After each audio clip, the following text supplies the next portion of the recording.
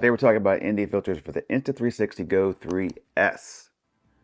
Remember, the Go3 ND filters do not work on the Go3S ND filters.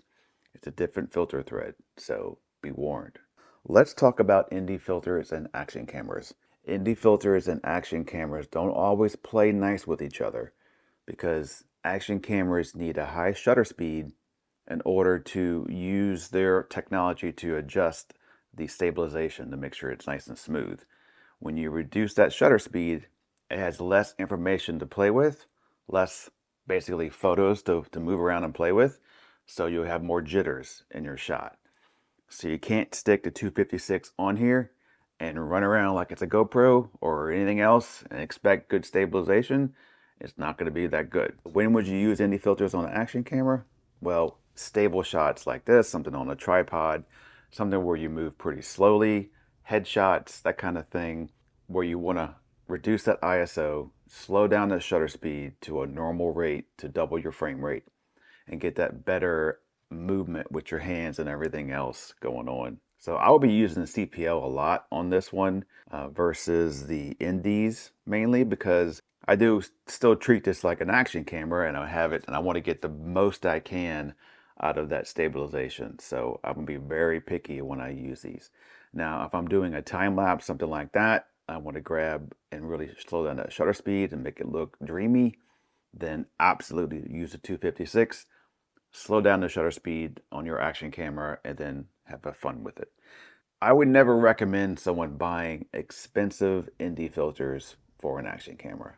I would just say if you're going to play with it, experiment, go with a budget style of ND filters. Don't spend too much because how much are you really going to use them versus using no ND filter at all to get the most light you can into your camera. If you're going to use ND filters, check these out down below in the link. Let's go outside and plug these in to kind of show you kind of what it'll look like with each individual ND filter.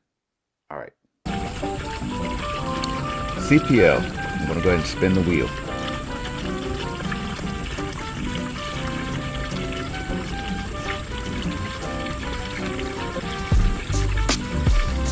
Spin the wheel.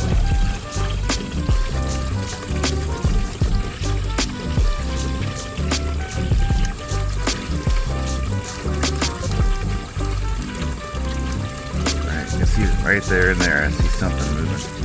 ND16 16.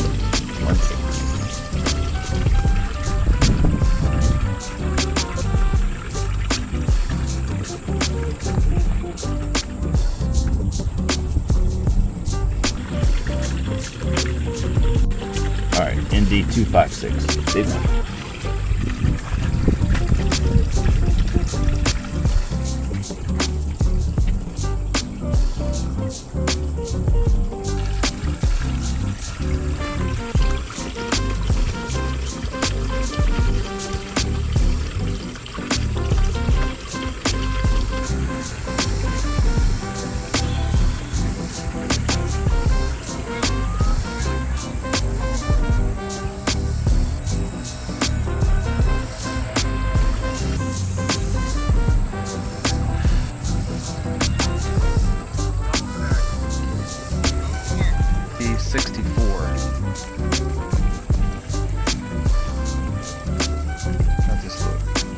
This is the Insta360 Go3S, so it looks pretty good on the screen.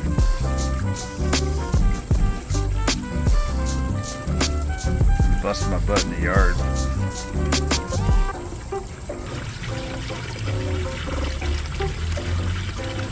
Alright, no filter at all. Original.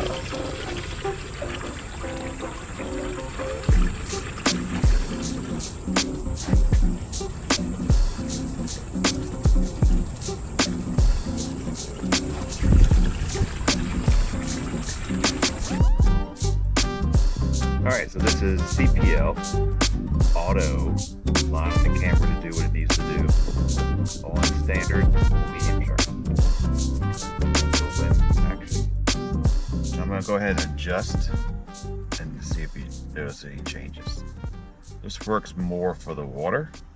You can definitely see the change on the water when it comes to the glare. Like right now I can't see the lens. If I open now I see the lens of the camera. And now I see nothing.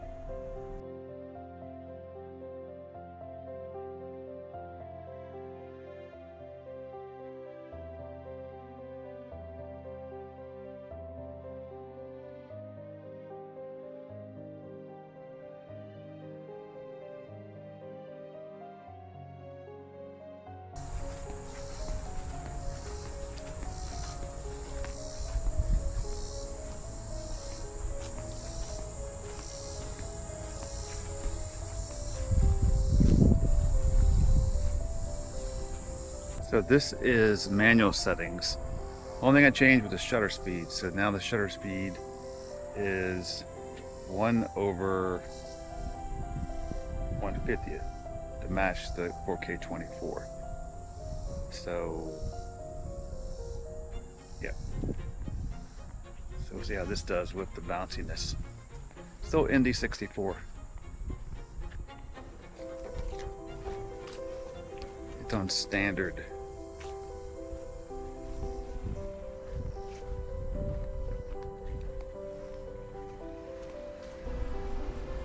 Alright, manual settings. Indy256, a lot darker as you can tell. Let's look up at the sun.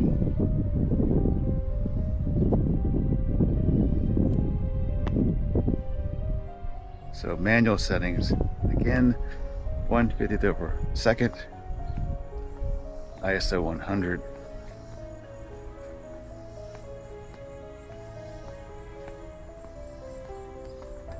All right, this is 1/200. So this should have good stabilization all around. CPO. This is probably too bright. All right, this is auto. I think the CPO also should have better all around adjusting for the lighting.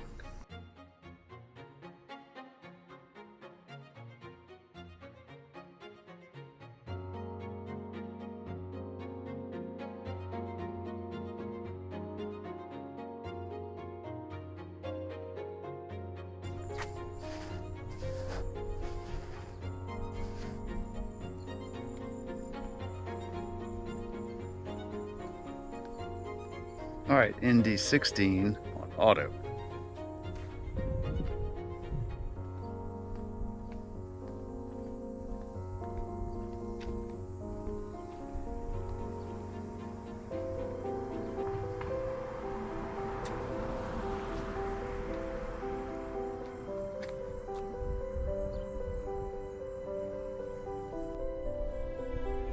All right, Indy16. 1/100th of a shutter speed. I wouldn't want to go too much lower at the disc for the shutter speed if you're going to do fast movement action stuff. This probably won't be enough. Indy16. And this is with no filter and on auto, just to give you an example of what it comes out of the box.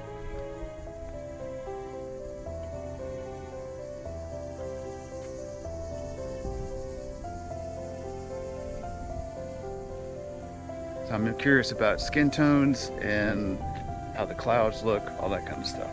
To see if it's worth keeping like this, at least the CPL on all the time. CPO.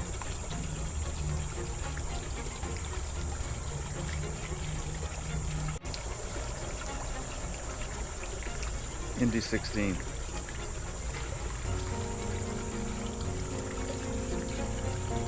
Indy64.